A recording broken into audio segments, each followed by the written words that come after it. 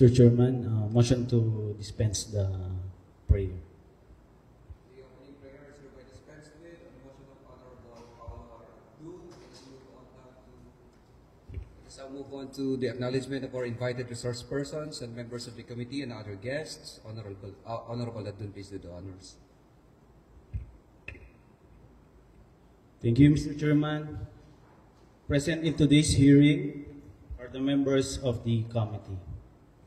Our Committee Chair on Social Services, Honorable Salvador Apostol III, our SB members present today, Honorable Arnold Barangan, Honorable Domingo Bawa Jr., Honorable Heribert Galabay, and of course our resource speakers from the PNP, Reyna Mercedes, Police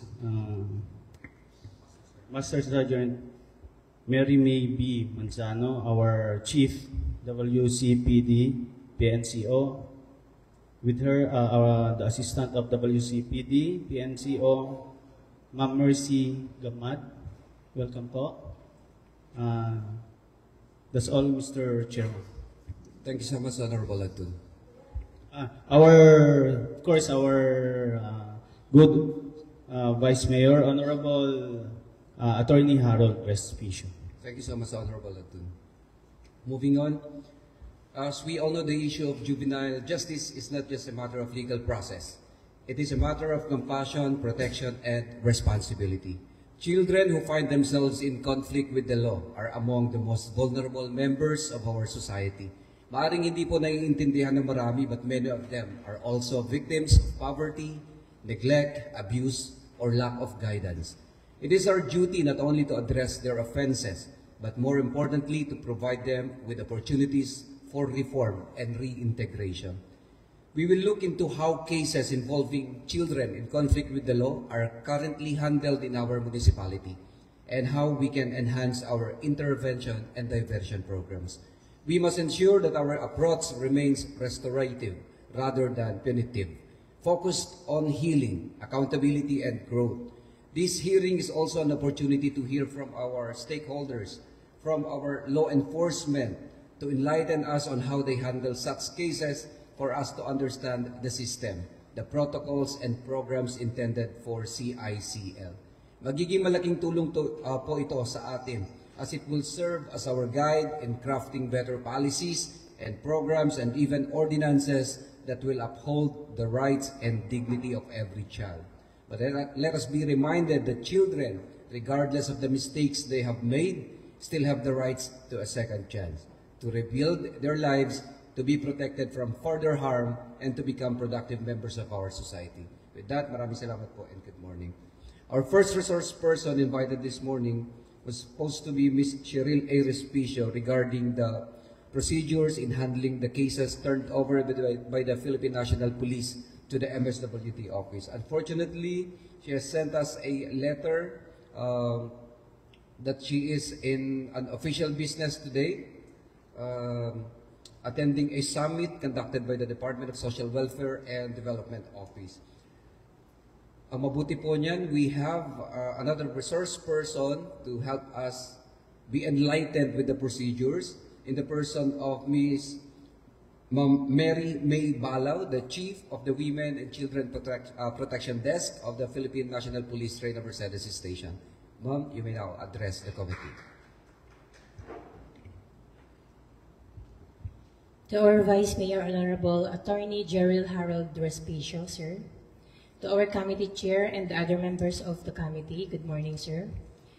With the guidance of our Chief of Police, Police Major Charles B. Carino, I and Police Master Sergeant Mary May Manzano, Chief WCPD of Reyna Mercedes Police Station, together with Police Master Sergeant Mercy N. Gamad. Maraming salamat. Thank you so much, Ma'am Balao. Okay, so just to give you siguro a brief, a bird's eye view kung paano po tayo nakarating sa committee hearing na to, is that during the deliberation po ng Sangguniang Bayan in the proposed localization of an ordinance, localization of Republic Act 10630 regarding the Juvenile Justice and Welfare Act, sa Pilipinas ay may mga katanungan po mula sa mga Sangguniang Bayan members. Specifically, the procedures on how these agencies, the Philippine National Police and the DSWD handle such cases po. And we would like to know po kung ano yung protocols na sinusunod, the guidelines na sinusunod ng Women and Children Protection Desk ng PNP sa pag-handle po ng mga children in conflict with the law. You may go ahead po, Ma'am May. Sa pag-handle po namin, sir, sa mga CICL or the Children in Conflict with the Law, kasama po namin dyan yung MSWD. Actually po, kami yung front, kumbaga kami yung first responder para mag-rescue sa mga CICL or the victims po, sir.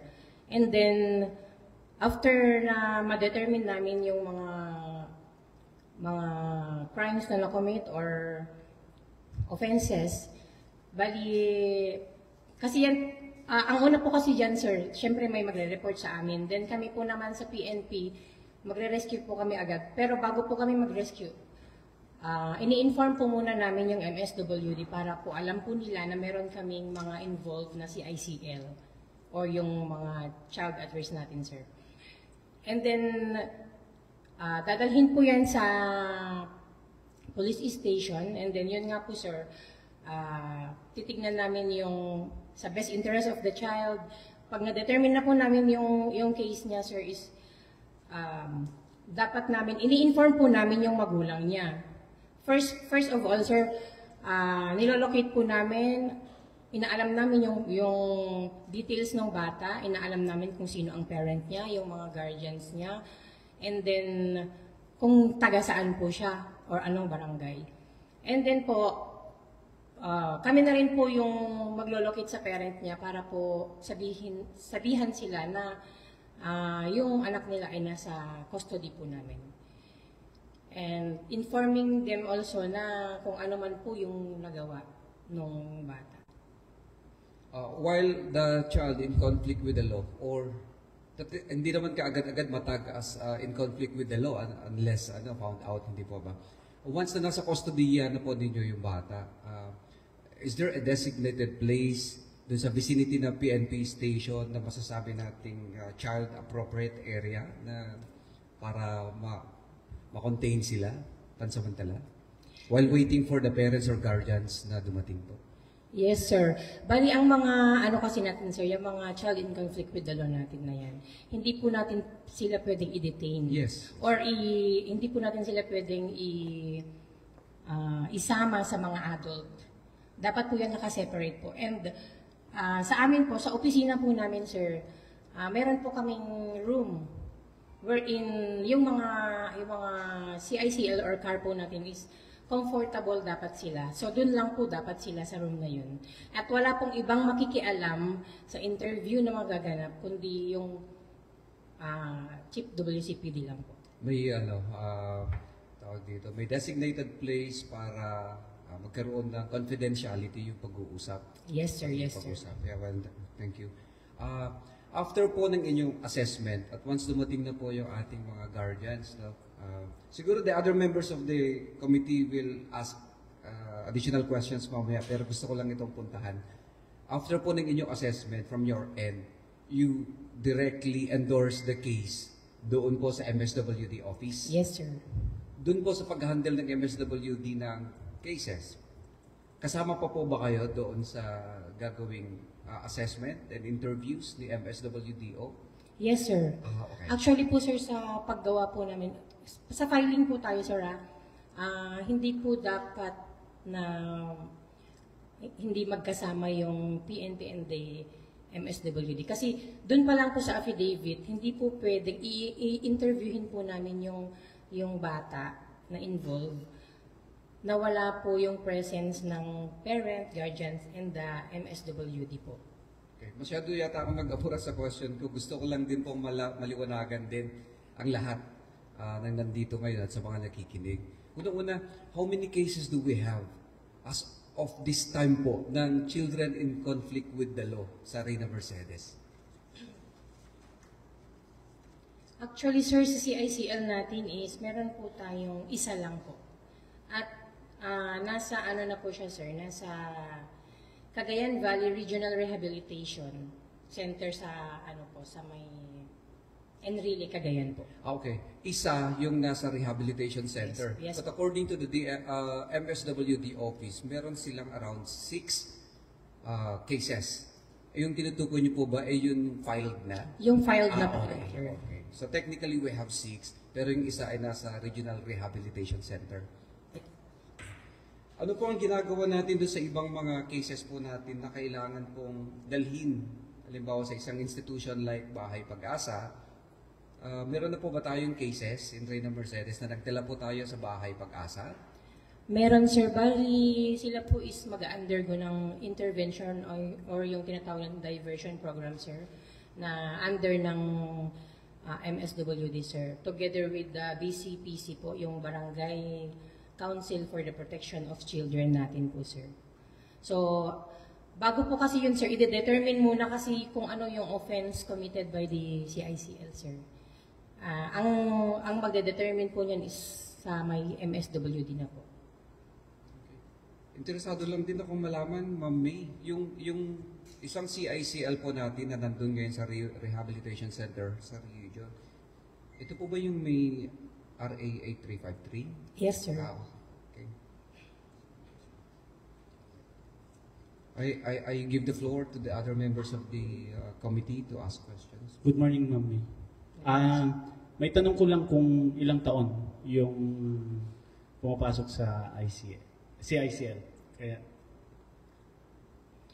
Sa CICL po kasi natin, sir, ang 15 years old below is exempted from criminal liability po, but not in civil.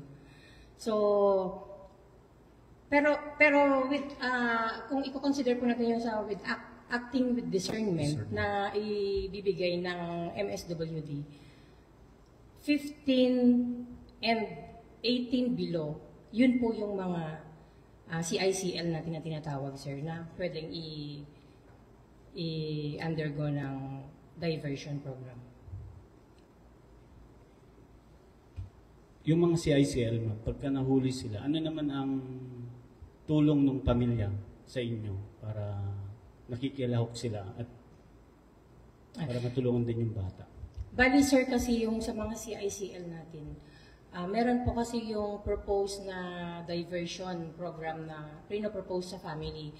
So ngayon, kung amenable or yung family member and the child itself, sir, gusto niya mag-undergo ng diversion. So, yun po yung kumbaga yun na po yung magandang partnership ng within the PNP-MS and the parents or the guardian. Pero kapag kasi nag-resist po nag-resist po itong parent and the child itself, sir, i-report po namin sa court yan, sir. And yung court na po ang magde-decide kung ano pong diversion program ang eligible sa kanila. Thank you, ma'am.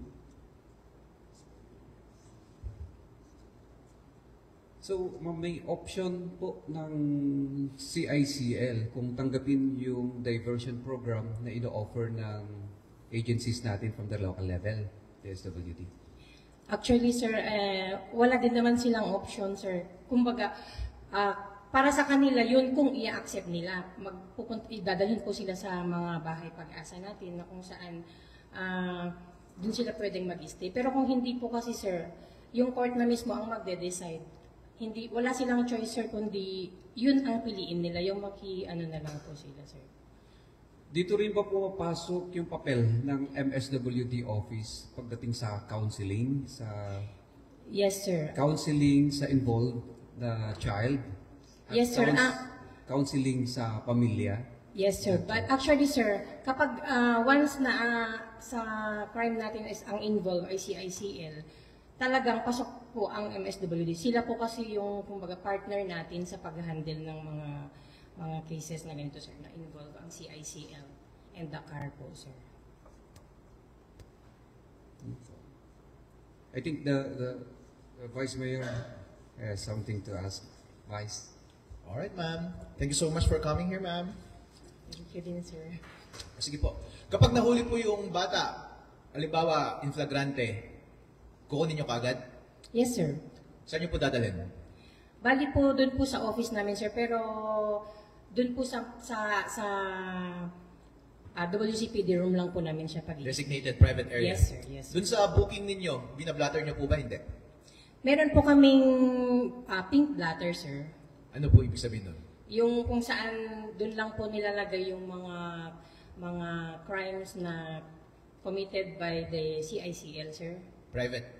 Yes, sir. Alright. Consistent with the policy na kapag child yung nag-commit, lahat private as much Yes, as sir, possible. private. Alright. So private yung records, private din yung commitment. Yes, sir. Gaano po siya katagal ninyo na kinocommit sa loob? Voluntary ba yun? Libre ba siyang umalis? Under arrest ba talaga siya? Detained ba siya technically? Actually, sir, 8 hours lang po dapat siya na nag-i-stay sa amin, sir. And then, i-endorse na po namin siya sa MSWD. Pero may mga pagkakataon po kasi na nighttime or weekends po na meron silang dinadala sa amin ng mga CICL. At kung hindi available yung MSWD natin, sir, doon po tayo pwedeng mag-extend ng time para i-release yung bata kung kailan available na po yung MSWD po natin. Technically, under arrest po ba siya nun, sir? Pwede po ba siyang, malaya ba siyang umalis? Or dapat siyang mag-stay doon kasi under Mag-stay arrest muna siya doon, sir, hanggang wala pang nagre-receive sa kanya. Halimbawa, sabi ng abogado niya, dumating yung abogado niya. Paalisin niya yan. Kunin ko yung kliyente ko. Paalisin niyo ba o hindi? Hindi po, sir. Kasi sumusunod lang naman po tayo kung ano po yung proseso, sir. Sa proseso lang po tayo. So under arrest siya.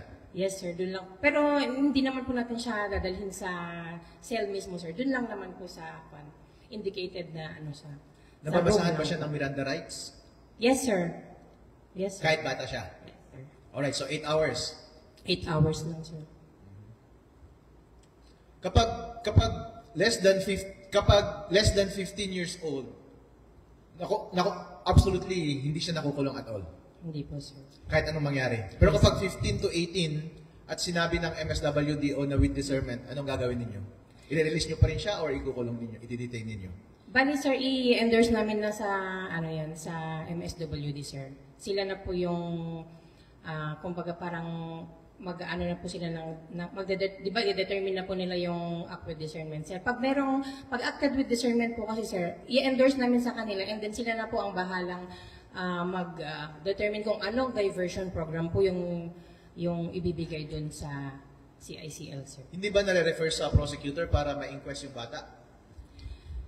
Actually, sir, nire-report po namin talaga yan sa prosecutor's office. And then, sila din po kasi sa court, sir, sila rin po ang nagde-determine kung legible ba yung bata na mag-undergo ng diversion program po. Kapag with discernment yung finding ng social services, automatic yung inquest? Yes, sir. Within how many hours dapat? 36 yung namin, sir. 36 hours po yung pinakamatagal dapat na mag-stay sa amin yung bata. Na dapat na mai-forward na po namin doon sa Court. prosecutor's office po. Alright. And usually, i-file na kagad ng prosecutor's office yung case sa court, right? Yes, sir. Naghintay ba kayo ng order mula sa court para i-release yung bata? Yes, sir. Pag na-inquest? Yes, sir. Okay. Liwanagin ko lang. Pag less than 15 years old, walang criminal liability, hindi ninyo, pag in flagrante, pwede ninyong kunin, hindi ko alam kung tama ito na dapat nyo bang i-detain o hindi. Hindi namin Hindi niyo dinidetain, sir. dinidetain. Hindi po dinidetain, sir. Pero dapat libre siyang umalis. Kasi kapag hindi siya libreng umalis, technically detention yun. Hindi, sir. Actually, sir, yung kapag nasa custody na po namin yung bata, is kinokontak po namin kaagad yung mga magre-receive sa kanya para i-receive po siya. And then, lahat po ng mga gaya po ng MS, dapat na-inform na po namin sila, sir. Sino magre-receive? The parent or guardian, sir. Kung hindi naman, kung mga abandoned naman po, sir, MSWD o kaya yung mga NGOs na designated na pwedeng mag-receive sa mga CICL natin, sir. Baka kaya mong sagutin ito. Technically, kapag less than 15 years old, walang criminal liability. Kapag walang criminal liability, meron bang karapatan ang police na i-detain yung bata na apparently nag-commit ng crime? Wala po, sir.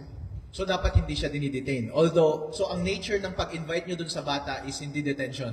Hindi po, sir. So kapag dumating yung abogado niya at sinabi niya kukunin ko yung bata, i-release ninyo. Malaya siyang umalis. Dapat meron pa rin po yung parent niya, sir. Or yung guardian niya. Kasi, Kapag nandun yung guardian niya, yes, sir. Basta Pwede nakuha na i-release po, ninyo. nakompleto na po namin yung procedure, yung lahat po ng data na dapat namin kunin, sir, makompleto lang po namin, ibibigay na po namin. halimbawa may nakomit na crime, less than 15 years old, in flagrante, sumaksak ng tao. Sabi niya, less than 15 years old ako, walang criminal liability. I-detain nyo ba siya o hindi?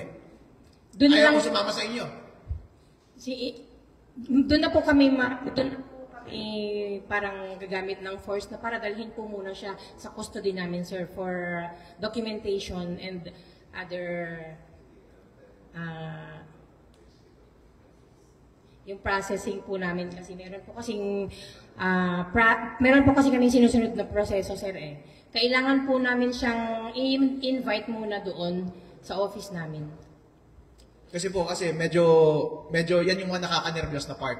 Once may nangyaring krimen, nervyoso yung mga tao at magtatawag ka agad yan ng abogado. And yung abogado makulit. And sasabihin mo, arestuin namin yan in flagrante, kakasaksak niya lang yung tao eh. Eh, paano kung sasabihin ng abogado niya? Walang criminal liability, less than 15 years old. So anong sasabihin mo? Huwag ninyong arestuhin kasi kapag i-detain ninyo, baka walang criminal liability, hindi siya subject for detention. Anong sasabihin ninyo? Hindi naman po namin siya i-detain. Kumbaga, isa-safe keep lang po namin yung bata, sir. Medyo paikot na sagot yun. Detention pa rin yun. Basta kinuha niya yung bata, force, compulsion, at wala siyang freedom na umalis. Under ng control ninyo, detention yun. So, anong sasabihin ninyo sa abogado? Huwag niyong i-detain yan, huwag niyong kunin yan. Dapat malaya siyang umalis. Sinasabi ko sa inyo, hindi niyo kukunin yan. Kasama ko yung magulang ngayon. Ayaw namin pumayag na kunin niyo yung bata kahit harap-harapan na niyang sumaksak ng tao at pinatay niya yung harap-harapan. Anong sagot ninyo? Siyempre, sir, i-endorse po muna namin sa MSWD, sir, kung ano po yung magiging... I-detain niyo ba siya o hindi? Hindi, sir. Hindi niyo nakukunin yung bata? Basta isa-safe keep lang po muna namin, sir, within 8 hours. Alright, medyo malabo pa yung sagot na yan. Ma'am, ako rin, hindi ko rin alam yung sagot. Kasi pag sinabi mo na safe keep at kukunin mo, ang definition ng detention is kapag wala siyang kalayaan na maging malaya. At ang kalayaan ng maging malaya is libre ka dapat sabihin na kapag gusto kong umalis ngayon, malaya dapat ako makakaalis. At kapag sinabi mo na hindi ako malayang umalis, dinetain mo ako. Yun. Kaya kapag sinabi mo na sinave keep mo within 8 hours at wala siyang choice, that's detention. And lahat makikiking, pati yung Miranda rights, etc. The question now is, hindi ko alam kung dapat mo ba siyang i-detain o hindi. Kasi under sa rules of court, rules of proceedings, di ba kapag in flagrante, if nakita mo about to commit a crime, committing a crime, or kakatapos niya lang mag-commit ng crime, within your personal knowledge, pwede mo siyang huliin. Wow, parang pasok eh, no? Pero walang sinabi paano yan kapag yung tao walang criminal liability. Mismo na yung batas ang nagsasabi na kapag less than 15 years old, walang criminal liability. Yung mga pilosopo o yung magaling magrason, pwede nilang sabihin na technically hindi crime yung kinumit niya kasi yung tao na nag-commit is walang criminal liability. Or pwede nilang sabihin crime pa rin pero walang taong may liability. May crime pa rin, but pwede kong pa rin arestuhin. Pang thesis yan sa law school. So, tingnan natin kung baka pwedeng, hindi natin alam kung paano natin dapat gagawin yun. Kasi darating talaga yung portion, ma'am. Yes, sir. Na merong makulit na abogado at sasabihin niya, huwag niyong arestuhin yan kasi ninenervyos yung magulang niya, nervyos yung bata, ayaw niyang sumama sa inyo. Kasi gusto mo ring umiwas, syempre, kapag umaresto ka ng hindi tama, anong krimen yun sa revised penal code? Illegal detention. Illegal arrest. Di ba? Baka open din kayo sa criminal liability kapag Yes, gano'n, sir. dapat masagot ninyo yung question na yun. Yes, sir. Basta ang sa amin lang, sir, kapag yung mga ganong mga proseso na, sir, i-endorse na po namin agad sa MSWD. Sila na po yung magde-determine kung ipapasok ba sa bahay pag-asa or hindi, sir. Yep. Mag-undergo ng diversion program or intervention program. Alright, I think ang hypothesis ko dyan is pwede mo siyang arestuhin kasi under sa rules of court, if you saw a person about to commit, is committing or just committed a crime, pwede mong arrestuhin. Arrestuhin, yes, sir. Did that person commit a crime? Yes. Yes. Bata man siya o hindi. Ang sinasabi lang niya is walang criminal liability. Pero may crime. Yes, sir. Person ba yun? Person. So, inaresto mo. Pero hindi mo lang siya pwedeng i-penalize pag dumaan na sa korte. So, I think tama ka na pwede mo sigurong i-detain ng kaunti. Yes, And then, nasa batas naman na once na nakuha mo yung detention, makipag-coordinate ka sa social services, pero hindi mo siya i-detain at all for purposes of prosecution. Yes, sir. Not at all. So kapag less than 15 years old, hindi na kayo naghihintay ng court order, no? Hindi na po, sir. Hindi nyo na rin hinihintay yung prosecutor. Hindi na po, sir.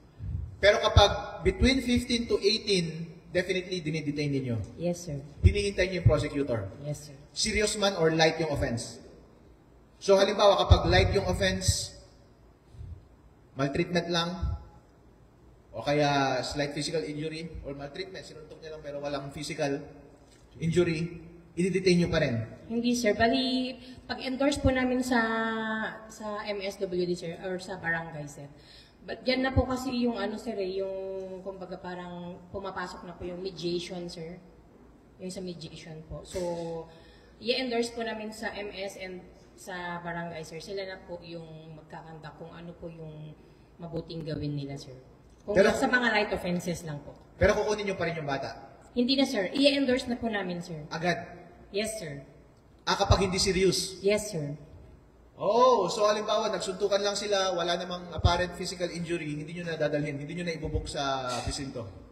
Kukunin lang namin yung mga details nila, sir. Yung mga important details. Then, para alam naman po namin kung ano yung mga i-endorse po namin sa mga partner po namin. Paano kapag nag-act siya with discernment? At syempre, sabi ng biktima, gusto kong kasuhan yan, krimen pa rin yan. 15 to 18, krimen pa rin yan. I-determine mo kung may discernment. Sabi ng social worker, may discernment daw. Kasuhan mo yan. Paano mo gagawin yun? Kung ganun ang pan ng victim, sir, i-entertain natin siya, sir. Magpa-file ng case, i-file natin yung case nila, sir. Between 15 to 18, merong krimen, kahit light offense yan, dadalhin nyo pa rin sa presinto, hindi na.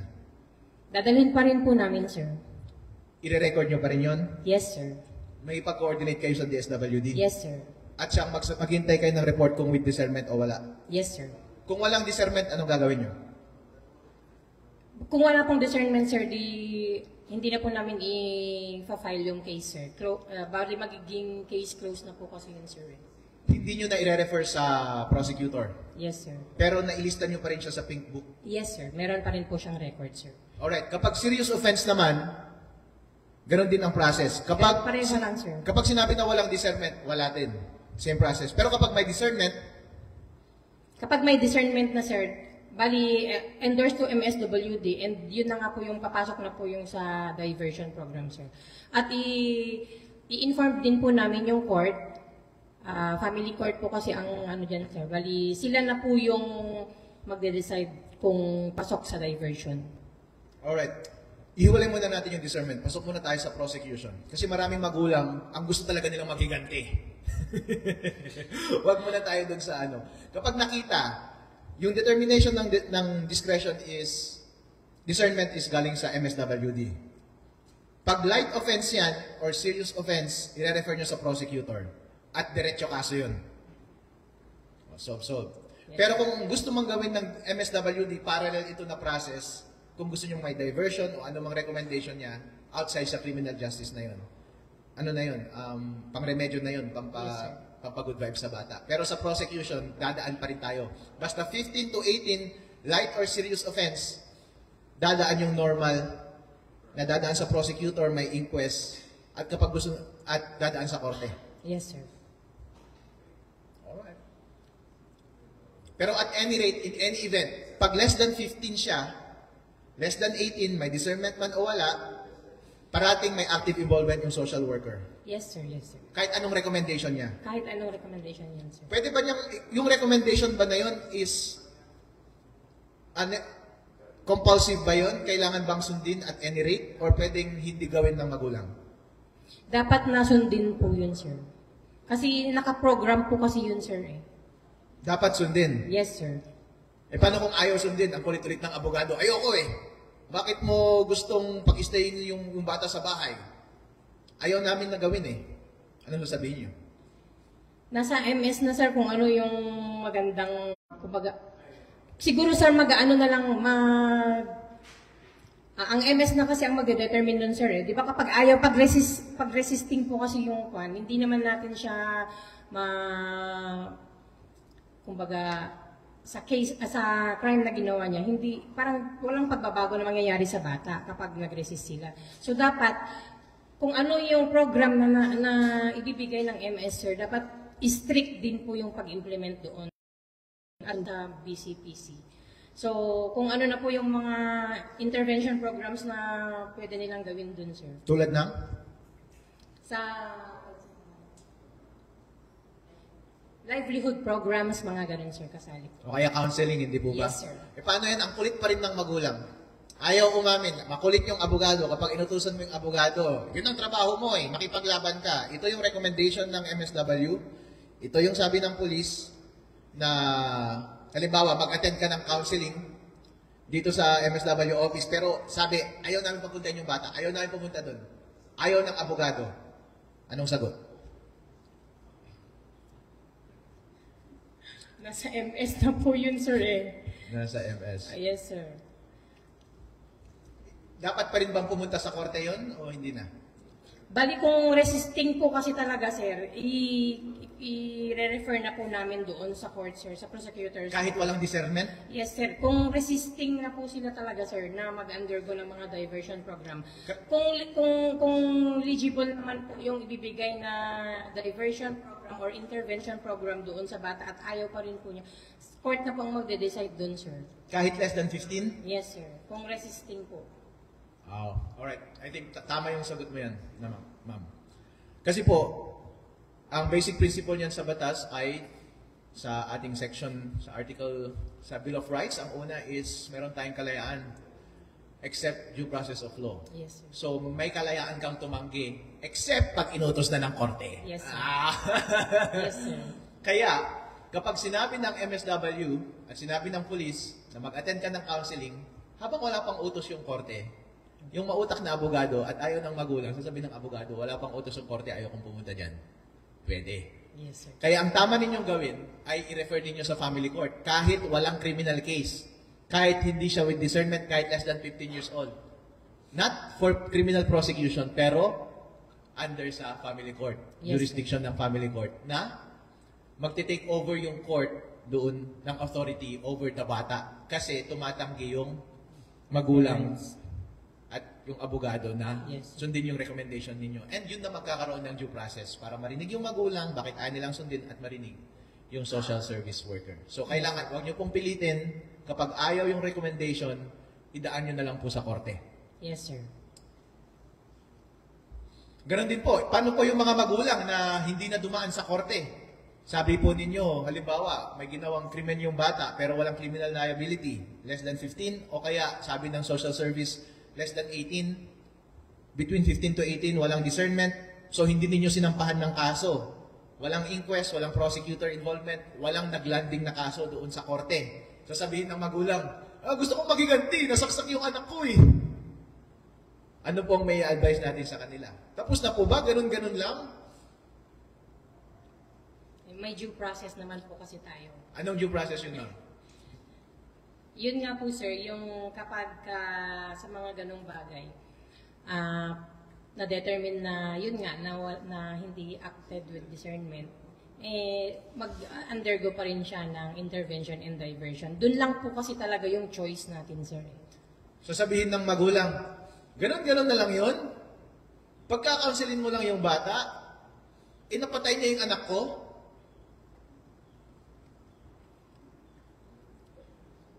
Alright. Tama po yung mga sagot ninyo, ma'am, I think. Kasi po, kaya lang siya dumediretso sa korte ay para sa criminal liability. Yes, sir. Pero at any rate, basta may ginawa yung bata na masama, may civil liability. Di ba, boss? Yes, sir. Krimen man yan o hindi. Basta masama. Basta enforceable siya civilly. Kahit nanapok man yan, o nagbasag ng baso, kahit hindi krimen, sakop yan ng civil liability. At yung remedyo po ng magulang ay magsampa ng kaso ng civil case. Civil cases. hindi siya umaandar ayon sa criminal process. So kapag walang discernment between 15 to 18 o kaya less than 15, walang criminal liability, kahit hindi siya dumaan ng prosecutor at hindi siya naglanding sa korte, hindi ibig sabihin walang remedyo yung magulang. Yung mga magulang, kumuha kayo ng abogado ninyo at mag-file kayo on your own initiative ng civil case laban sa bata dahil yung magulang niya ay vicariously liable. So kapag panalo po kayo sa civil case, babayaran po kayo ng magulang niya ng salapi. Swerte po kayo kapag napunta sa korte yung case. Na-inquest yung bata, may discernment, napunta sa korte, at may criminal case kasi lahat po ng criminal case ay may nakaakibat na civil liability. Doon po mismo sa case na iyon, mga magulang, pwede kayong mag-claim ng civil liability. Hindi nyo na kailangang mag-file pa separately ng civil case. Pero kapag hindi po dumating sa part na yon or gusto ninyong i-enforce yung civil liability, gusto niyo pa rin mapanagot yung bata through her magulang, mag-file po kayo ng separate na civil case. Ganun po ang explain niyo sa magulang kasi maraming magulang na reklamador. Di ba? Yes, sir. Mga kulit na abogado. Yes, sir. Alright. Opo, ano po yung mga specific instances? Akala kasi po ng iba, kapag bata ka, less than 15, or less than 18, nag-commit ka ng crime, sasabihin ng mga bata, yehey, hindi ako makukulong. Tapos sasabihin ng kaibigan niya, hindi, pupunta ka sa bahay pag-asa, pupunta ka sa rehab. Ano ba yung lahat ba ng mga nagkakamit ng crime ay diretso ka agad sa bahay pag-asa or ikakamit ka agad sa ganitong facility? Or ano ba yung mga requirements? Sir, bali, upon endorsement kasi sa MSWD, sila na yung magde-determine, sir, kung saan sila facility or anong mga diversion programs yung para sa bata na yun, sir. Alright. Excellent. I think that's an excellent answer, madam. At any rate, lahat ng restorative measures ay ginagawa ng social service worker. And usually in coordination yan with court. Yes, sir. At yung court ang mag-o-order ng commitment. So bahala na po ang korte dyan at MSW. Depende sa assessment nila doon sa bata kung kailangan ba ng rehab, kailangan ba ng counseling, o anumang measures yan. Papadaan yan sa utos ng court para walang magawa yung magulang at susundin niya yung bagay na iyon. Yes, sir. Kaya mga bata, ganun po yun, hindi automatic. Kailangan, kung gusto niyo yung sundin yung recommendation ng municipal service worker, kahit wala pang kaso sa korte, pwede niyong voluntarily na sundin. Pero kung mautak yung magulang ninyo at mautak yung abogado ninyo at ayaw niyong sundin, magkakaroon po ng problema yung police at saka MSW na mag-file na lang ng family case doon sa family court para i-compel kayo na sundin yun at manghingi sila ng court order para gawin kung ano man yung recommendation ng municipal service worker. Pero kung ayaw niyong sundin yun, kung mautak kayo at wala pang kaso, pwede ninyong hindi sundin yung restorative measure na yun. Rehabilitative measure na yun. Yes, sir. Alright, ma'am. Excellent. Naliwanagan tayong lahat. Baka meron pa akong na-miss na aspect ng ganitong process na hindi ko natanong at maliwanagan natin ang ating mga kababayan.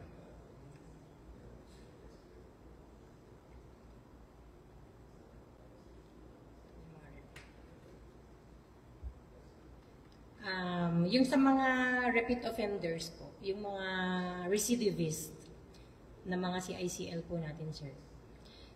Kasi po,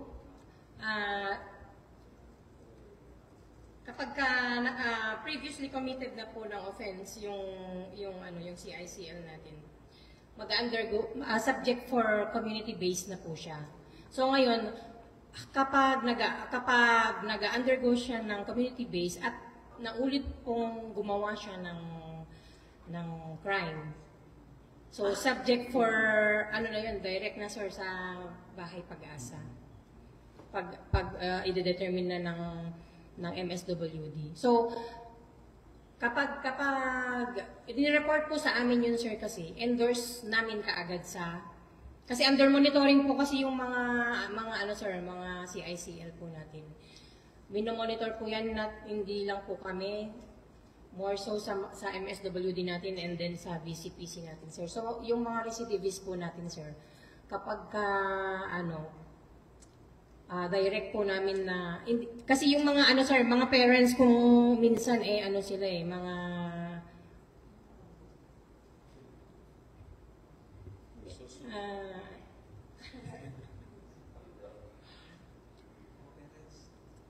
Go ahead. yung parang parang kinakampihan pa rin nila yung mga, yun, consentidor, ano pa yun? Mga consentidor po kasi na parents. Parang sila po yung magiging hindrance sa paparehabilitate natin sa mga sa mga anak nila. So, ito lang po yung parang namin sa mga parent na kumbaga panawagan na rin po or na po sir, advice. Sa mga parent po na alam nyo naman po na mali na yung tinatahak ng mga anak ninyo, sana sa bahay pa lang po ninyo is disiplinahan nyo na para hindi na po sila ma-involve sa kung ano man pong mga crime pa po na pwede nilang i-commit. Mahirap po ang malayo sa anak. More so sa anak po kasi yung mga bata po kasi na dinadala doon sa bahay Pag-asa, sir. Minsan talagang wala pong 6 months to 1 year po kasi yan walang cellphones. Limited lang po yung visiting time, mga ganun, sir. So, sana i-monitor yung mga anak nila para hindi ma-involve sa mga anumang krimen po. Pero at any rate, ma'am, kapag serious offender or recidivist, paulit-ulit, konsentidor yung magulang, ayaw i-correct yung bata, nag-recommend na yung municipal service worker na i-commit sa bahay Pag-asa, sinusuportahan nyo rin yun, pero ayaw pa rin ng magulang, hihingi kayo ng court order kung gusto nyo i-enforce yun. Yes, sir. At any rate. Yun na po yung last resort, sir, sa court. Kung ayaw pa rin niya talagang sundin, wala pang court order, ayaw niyang sundin, pwede niyang gawin yun, ano po? Yes, sir. Huwag niyong pilitin. Padaanin niyo na lang sa court. Yes, sir. Antayin na lang po yung order ng court, sir. Alright, tandaan po natin yan mga magulang. Yung parental authority nasa atin pa rin po para sa ikabubuti ng ating bata. Kung ano man yung recommendation ng municipal service worker, try po natin to our best na sundin yun dahil ikabubuti rin yun ng bata. Pero kapag hindi kayo nag-a-agree, karapatan nyo po na hindi mag-agree at hindi sundin yun. Nasa service worker na po yun na mag-file ng case sa ating court para i-compel kayo na sundin yung advice nila. Karapatan, meron din pong power ang ating state na i-override yung parental authority ninyo kapag nalaman ng court na hindi para sa best interest ng child ang ginagawa ninyo.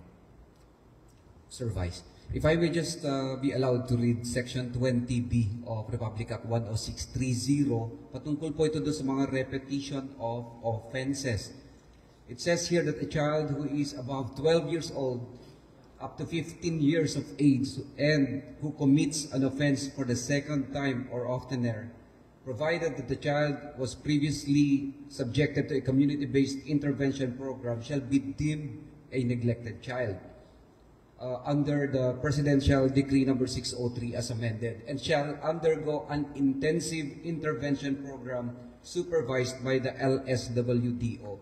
Provided further that if the best interest of the child requires that he or she be placed in a youth care facility or bahay Pag-asa, the child's parents or guardians shall execute a written authorization for the voluntary commitment of the child.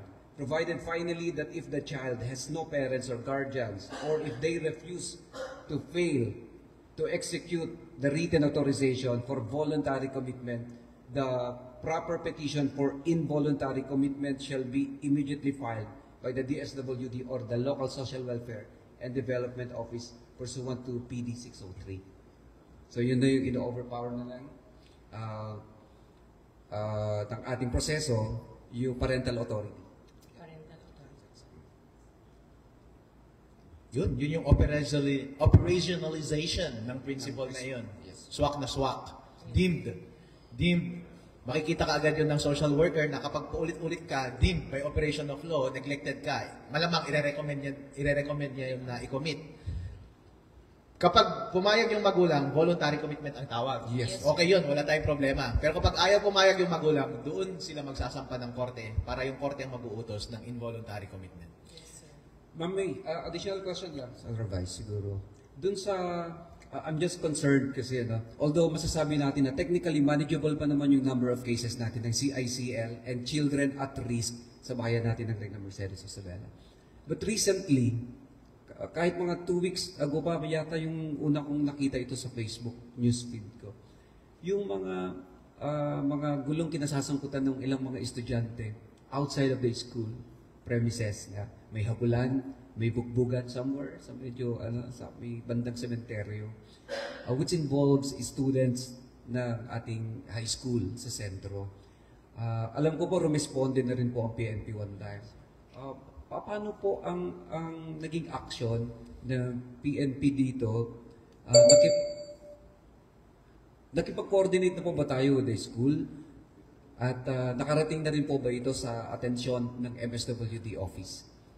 Yes, sir. Bali, actually, sir, nung rumesponde po yung PNP po, sir, doon sa nangyaring kaguluhan na yun, na-inform po namin agad yung sa school po.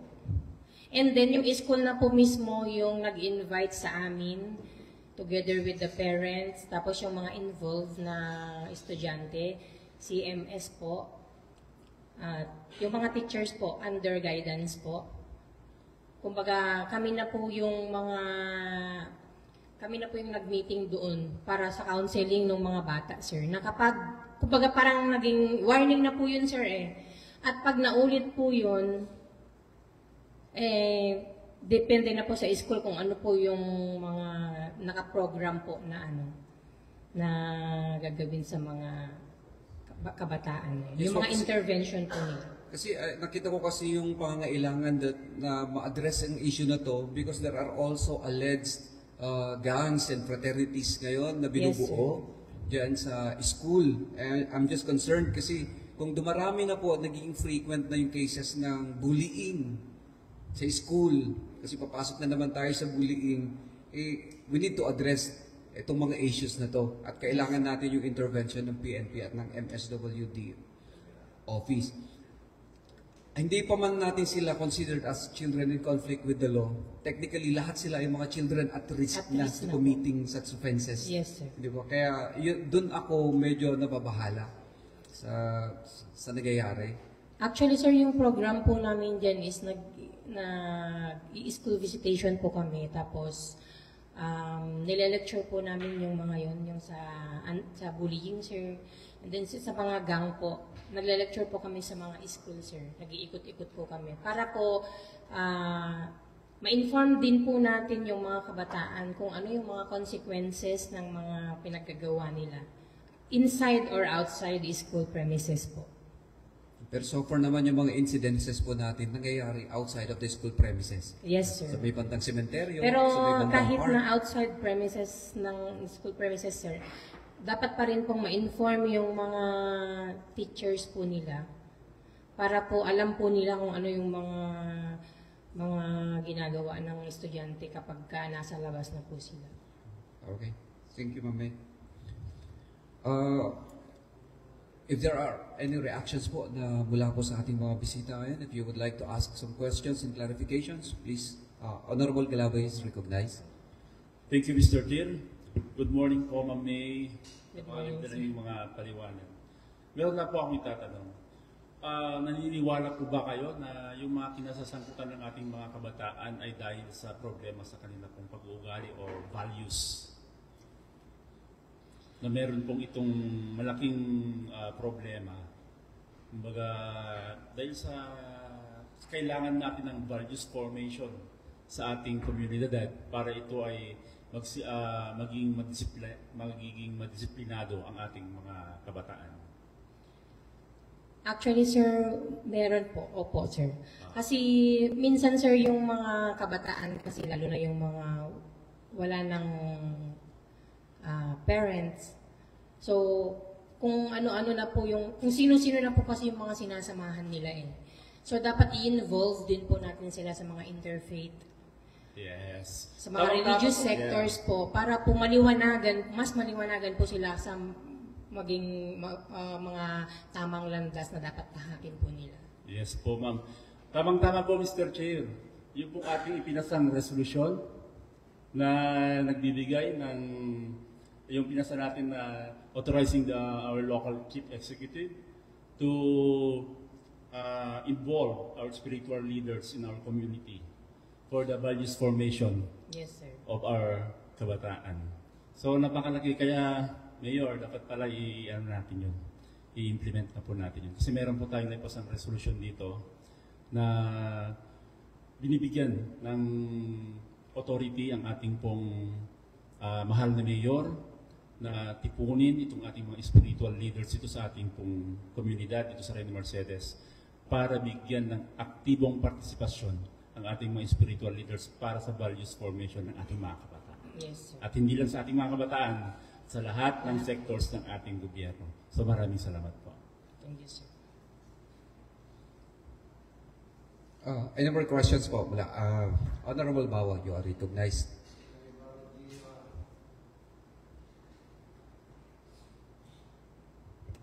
So, magandang tanghali po, alas 12 na.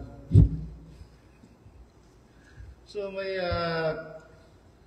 mga nakikita ko mamano, dun sa 18 na below hanggang 15. That driving motorcycle during midnight na nakaka-isturbo.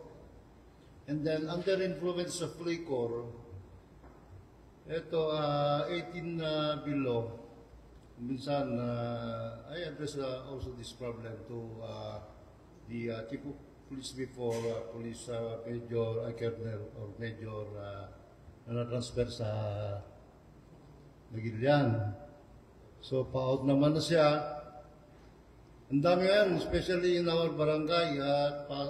Tatlong barangay kasi yun, dun sa Bilador ng Malalakang. Na kahit sa kalagitan ng gabi, nakaka-istorbo na sila, nagdadala sila ng motor, under influence of liquor, and then carrying motorcycle, single motorcycle, to na improvised muffler na napakaingay.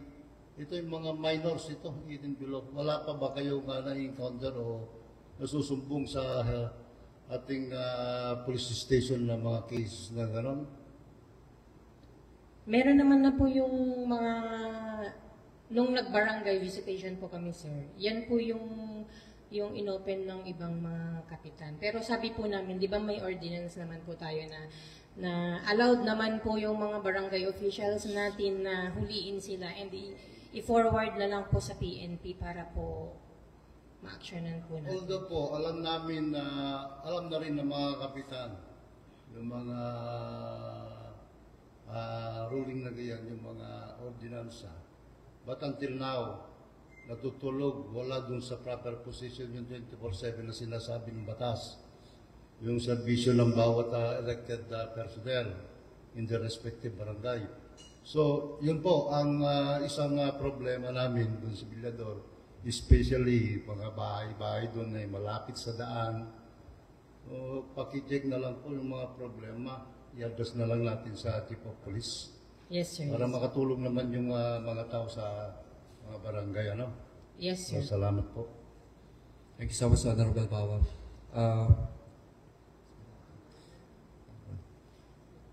Ma'am May, may gusto ko idagdag?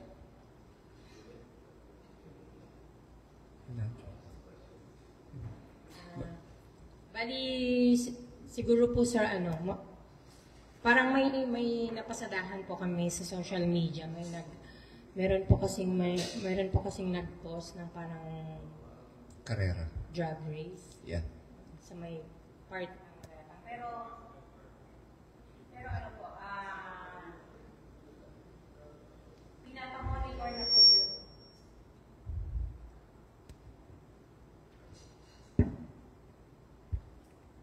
Regarding po dun sa drag race na yun na-upload po sa social media, iniikutan na po ng tropa yun, sir. Pinapamonitor na po ni COP kung sino po yung mga involved na yun at kailangan po natin silang i-invite din po para ma-stop na po yung, kasi alam naman po natin na bawal po yung gano'n. Tama po yan.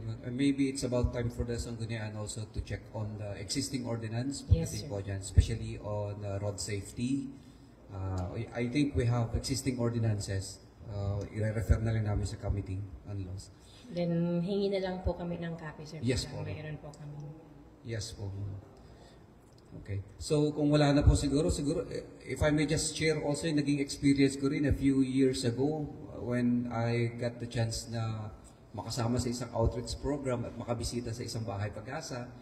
Nakita namin yung mga nandun and I was able to talk to some of them. They tell me different stories, ano pinagagalingan. And siguro tama din yung sabi ni Honorable Galabay kanina. While galit na galit po yung ibang mga tao sa mga involved dito, gusto ko naman sana na intindihin din natin ang mga pinanggagalingan nila because mostly sa kanila talaga ay mga victims lang din. Nakadepende po yan sa kinalakihan nilang environment. Kaya umaapila din po kami sa lahat ng mga adults, especially parents. Kung magpapakita lang po sana tayo ng tuloy-tuloy na magandang halimbawa sa ating mga anak. Because discipline emanates at home. So tayo magpapakita para kalakihan din po nila yung magandang disiplina na matututunan mula sa ating ng mga adults. At wag na din pong basta-basta ding husgahan no, yung mga involved because they are presumed innocent until proven guilty. Hindi po ba? Maraming salamat sa pakikipagtulungan ng PNP at ng MSWDO. Unfortunately, wala nga po si MS ngayon. Hopefully, we get the chance to talk to MSWD. Maybe in private or maybe para magkaroon lang ng kaliwanagan pagdating sa issue na to. Sabi ni Vice Mayor kanina, you're doing a great job. Maraming salamat. Congratulations, ma'am. And if there are no more questions to be asked, I guess it's wrap up time na ulit. Sabi ni SB Bawa, lunch break na daw. Wala na? Any motion? Adjourn? Okay. This hearing of the Sangguniang Bayan Committee on Social Services is now